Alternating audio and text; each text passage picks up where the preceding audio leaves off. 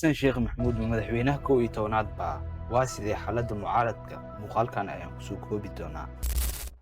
Media xasan sheekh maxamuud waa madaxweynaha 8aad iyo kan 10aad sida hadda la wada ogyahay. sidoo kale waxa uu doonayaa inuu noqdo midka 11aad ama 2 jeer oo xiriir ah inuu xilka ku fadhiisto.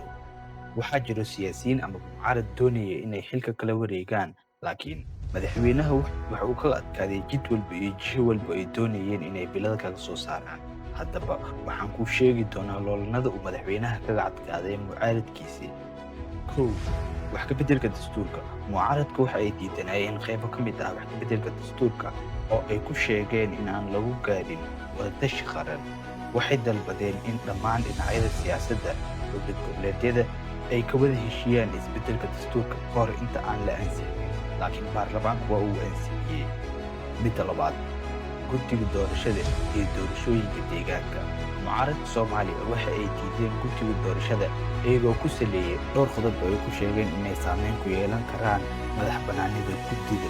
qodobka ugu weyn waa habka loo magacaabay.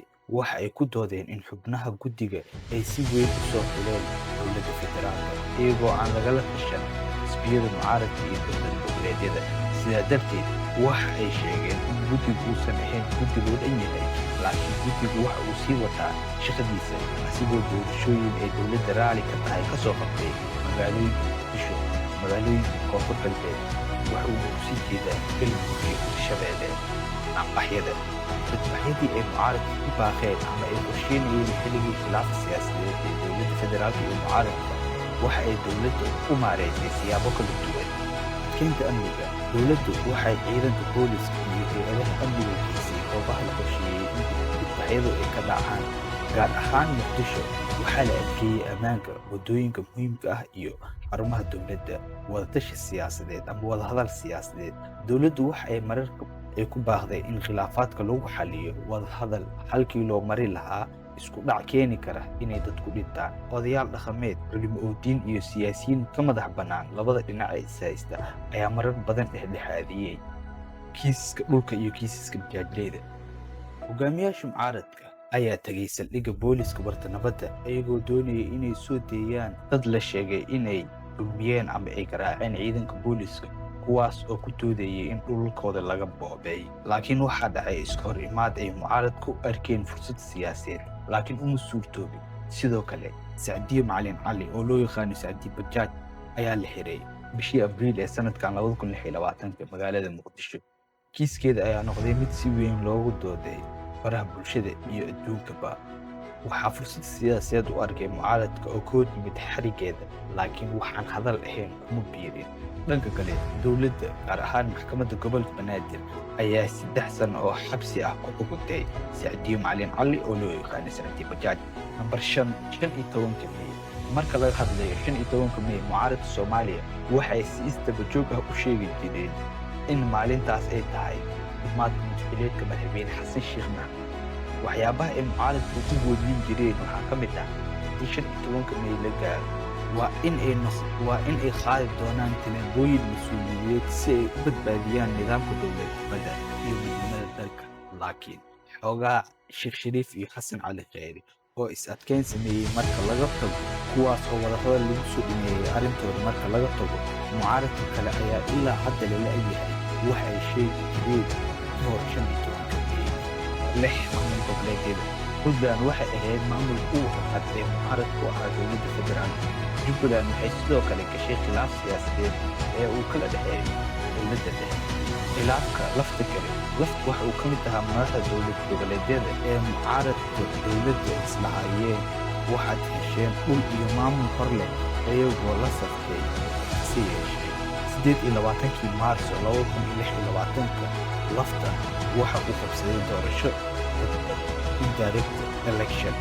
20 Maarso 2026 laba maalin kadib ciidamada federaalka ayaa la wareegay baydhabo. waxaa xigtay in 11 bishii Juun sanadka 2026 baydhabo lagu doortay madaxweyne aadan maxamed nuur aadan madoobe.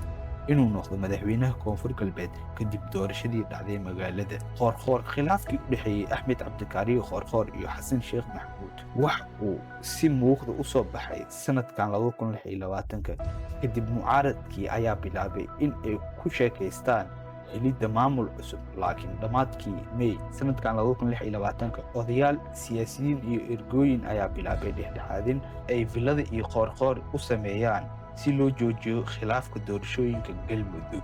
Reer galbeedka dagaalka iyo xiisadda u dhexaysa Iiraan iyo Maraykanka wax ay saameyn ballaaran ku yeelatay dunida, gaar ahaan Maraykanka, Yurub, dunida Carabta. Markuu xaalku meesha marayo ama uu taagan yahay, reer galbeedka muhiimad sidaas ah uma arkaan arrimaha Soomaaliya. Inkastoo safiirada Maraykanka, midowga Yurub, Ingiriiska iyo kan Turkiga ay sameeyeen wadahadal ay u qabteen mucaaradka iyo dowladda dhexe, haddana awood sidaas ah uma hayaan haddii ay dowladda Soomaaliya dhexdeeda ama Soomaalida dhexdeeda ay is-afgaran waayaan hannaanka doorashada. Saamilada siyaasadda sida mucaaradka uu hogaaminayo Sheekh Shariif, dowladda uu hogaaminayo Xasan Sheekh Maxamuud iyo hogaamiyaha xisbiga nabad iyo nolol madaxweyne axmed cabdulaahi farmaajo oo ra'yi ka duwan mucaaradka kale qaba ee noocyada doorashada ay soo saareen waa uu kala duwan yahay. Inkastoo Xasan Sheekh iyo Farmaajo 99% isku mid yihiin, mucaarad kale uu hogaaminayo Sheekh Shariif iyo Xasan Cali Kheyre ayaa isku haysto guddiyada doorashada. Qolada Sheekh Shariif ayaa aaminsan in maamul goboleedyada ay yeeshaan guddi u gaar ah, dowladdana yeelato mid u gaar ah. Halka Xasan Sheekh uu aaminsan yahay in hal guddi ay dowladda leedahay kaliya ku filan yahay doorashooyinka oo dhigay. Mar haddii ay dhacdo doorashooyinka Hirshabelle iyo Galmudug, Xasan Sheekh waxa uu raaci karaa mowqifka ay mucaaradku aaminsan yihiin, taas oo ah in maamul goboleed walba uu yeesho guddi u gaar ah. Waayo mar haddii uu isku darsado koonfur galbeed oo 77 sanatar iyo xildhibaan oo soo saarta iyo raastada waqooyiga Somaliland oo 57 xildhibaan iyo sanatar soo saarta, uuna ku darsado ama uu geysto madaxweyneyaal daacad u ah dowlad goboleedyada Hirshabelle iyo Galmudug oo laga filayo min 45 iyo 44 sanad iyo xildhibaanba la isku daray. Mucaaradku waxa uu soo haraya keliya Jubbaland oo soo saarta 51 sanatar iyo xildhibaanba iyo Puntland oo 48 soo saarta, taas oo ay badan tahay inay soo bixi doonaan xildhibaano daacad u ah ama dooran kara Xasan Sheekh Maxamuud. Taasi hadday dhacdana, Xasan Sheekh Maxamuud waa madaxweynaha 11aad ee Soomaaliya. Media